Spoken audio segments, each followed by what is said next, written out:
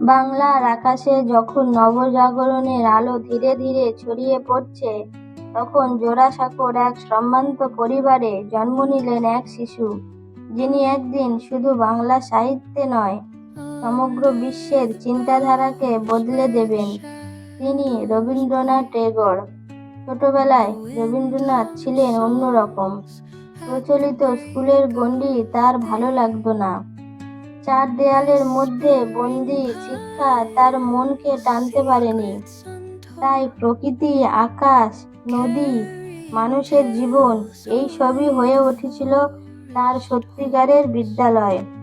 খুব অল্প বয়সেই তার কলমে ফুটে উঠতে শুরু করে কবিতা, আর পরিবার বুঝতে পারে এই শিশুর ভেতরে লুকিয়ে আছে এক অসাধারণ প্রতিভা।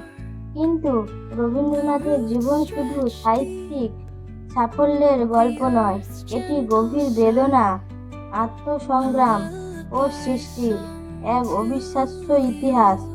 ব্যক্তিগত জীবনে একের পর এক প্রিয়জন হারিয়েছেন তিনি।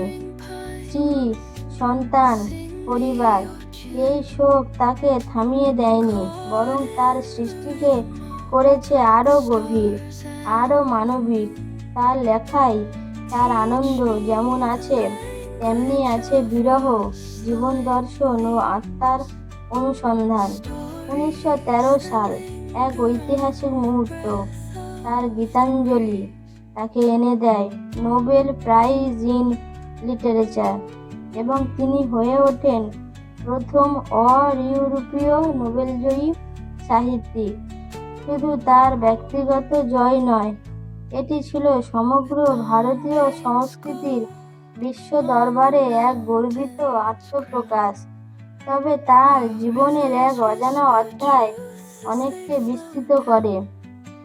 শান্তিনিকেতনে তিনি যে শিক্ষা ব্যবস্থা গড়ে তুলেছিলেন, তা ছিল সময়ের থেকে বহু এগিয়ে।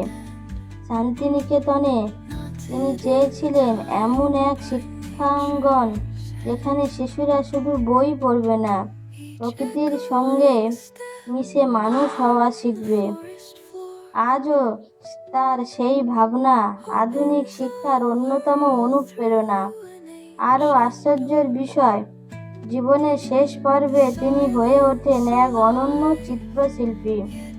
হাজার হাজার ছবি এঁকে তিনি প্রমাণ করেন সৃষ্টিশীলতার কোনো বয়স নেই, কোনো সীমা নেই।